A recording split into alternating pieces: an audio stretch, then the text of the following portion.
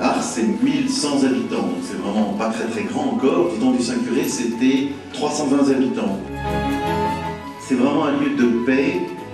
Quand il est arrivé à Ars pour la première fois, il y avait tellement de brouillard que le curé d'Ars ne voyait même pas son village à quelques centaines de mètres.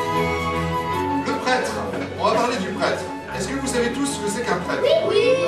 Alors, tous les pèlerins présents à Ars ce week-end, qui puissent dans la miséricorde du Seigneur pour recevoir une grâce de conversion en cette année jubilaire et repartir plein du Seigneur.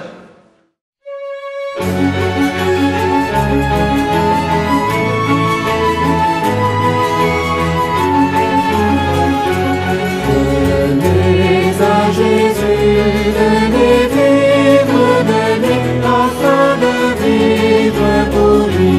Venez à Jésus, venez vivre de lui, afin de vivre pour lui.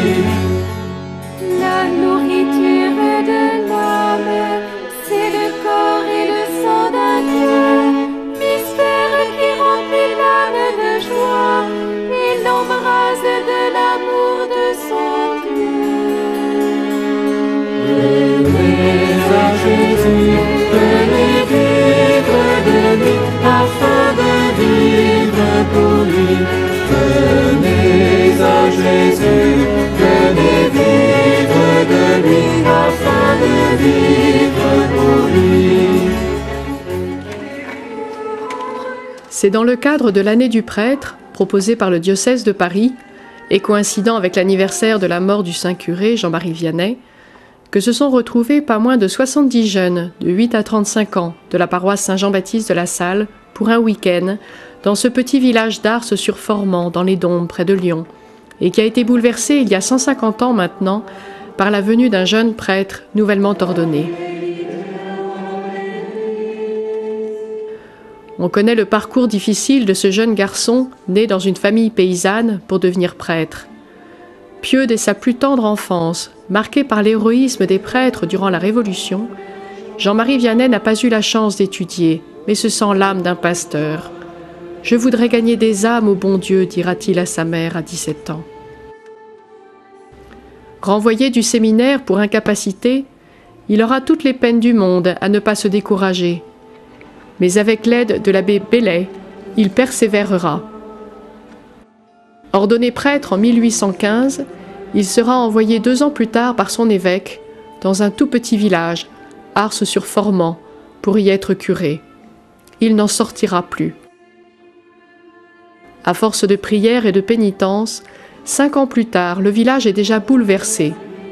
La foi des habitants se réveille tant et si bien qu'il n'hésite pas à leur consacrer toute sa journée, ne dormant que 3 ou 4 heures par nuit.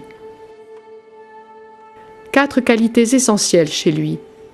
Sa pauvreté, pas tant matérielle, même s'il a vécu dans un grand dénuement toute sa vie, qu'au sens biblique du terme. Il attendra tout du bon Dieu. Il s'abandonnera dans sa providence. Il dira lui-même « L'homme est un pauvre qui attend tout de Dieu ». Nom qu'il donnera plus tard à l'orphelinat, qui sera créé sous son initiative. Il est connu aussi par sa prière. On le voyait dès 4 heures du matin, à genoux dans son église. Il dira que la prière est une amitié avec Dieu, à la manière du « je l'avise et lui m'avise » du paysan qui répondait au Saint-Curé, l'interrogeant sur sa prière. Il est connu aussi par l'Eucharistie, bien sûr. Le pape Jean XXIII dira de lui qu'il est un extraordinaire témoin de l'Eucharistie. Dieu vraiment saint, Dieu de l'univers, et toute la création proclame ta gloire, car c'est toi qui donnes la vie, c'est toi qui sanctifies toutes choses.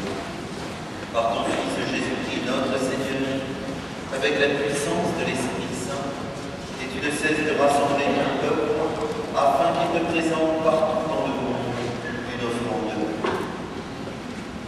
La nuit même où il fut livré, il prit le pain. En te rendant grâce, il le bénit, il le rompit et le donna à ses disciples en disant « Prenez et mangez-en tous, ceci est mon corps. » morte, livrée. Il avait pris conscience de la présence de Dieu dans le Saint-Sacrement.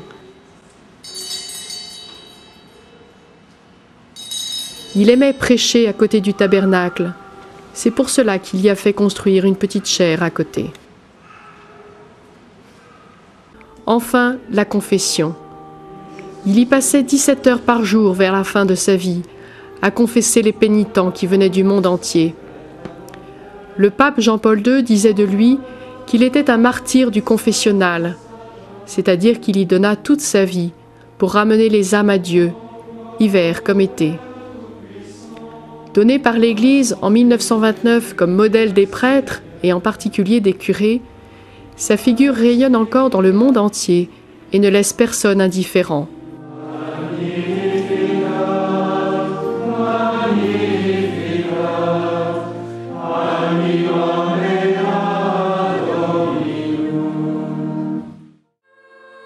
Ainsi, c'est à sa rencontre et à la rencontre du prêtre d'aujourd'hui que nombre des jeunes ont été marqués par les quelques heures passées à Ars.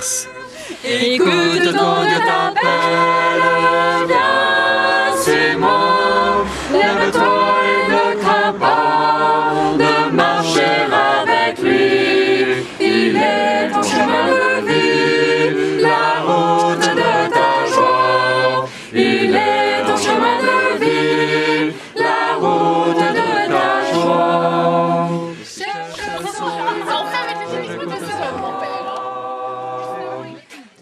Pour les épreuves, eh bien, tout le monde a bien participé et on vous fera Les jeunes.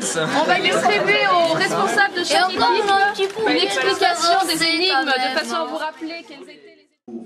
À travers conférences et ateliers donnés par des prêtres, séminaristes, religieuses et mères de famille, Moi, si je devais garder peut-être une phrase du Saint-Curé, c'est peut-être celle-là. L'homme est un pauvre qui a besoin de tout demander à Dieu.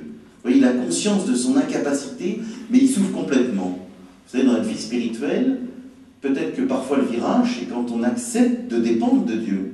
Qu'on ne veut pas y arriver par ses propres moyens à la force du poignet, mais qu'on accepte humblement. à travers de belles célébrations et l'expérimentation vécue du pardon de Dieu dans la confession,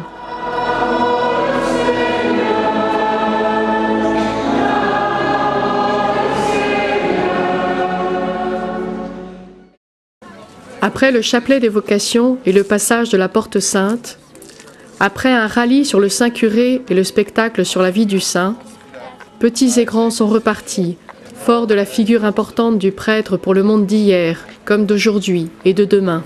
La démarche jubilaire, je vous rappelle, elle comprend la confession. Beaucoup d'entre vous, vous êtes déjà confessés hier soir. D'autres pourront encore le faire quand on arrivera à la basilique. Elle comprend la messe, on va la célébrer tout à l'heure, la messe du dimanche. Elle comprend les prières aux intentions du pape. On va prier pour notre pape Benoît tout au long de ce chapelet et tout au long de la messe. Elle comprend un geste de charité. Alors on essaye d'être attentifs les uns aux autres, de ne pas râler, de se montrer prévenant, charitable. Ah, mon cher ami, voilà. Voilà. Elle comprend le passage de la Porte Sainte. Alors en arrivant à la basilique, au terme de notre chapelet, eh bien, nous passerons par cette Porte Sainte en nous souvenant que Jésus est la porte qui nous conduit vers le Père. De même, Jésus, quand le curé d'Ars dit « Je te montrerai le chemin du ciel », qui est le chemin du ciel? C'est Jésus qui a dit « Je suis le chemin, la vérité et la vie ». C'est Jésus le chemin du ciel. Je te montrerai le chemin du ciel, c'est-à-dire je te montrerai Jésus.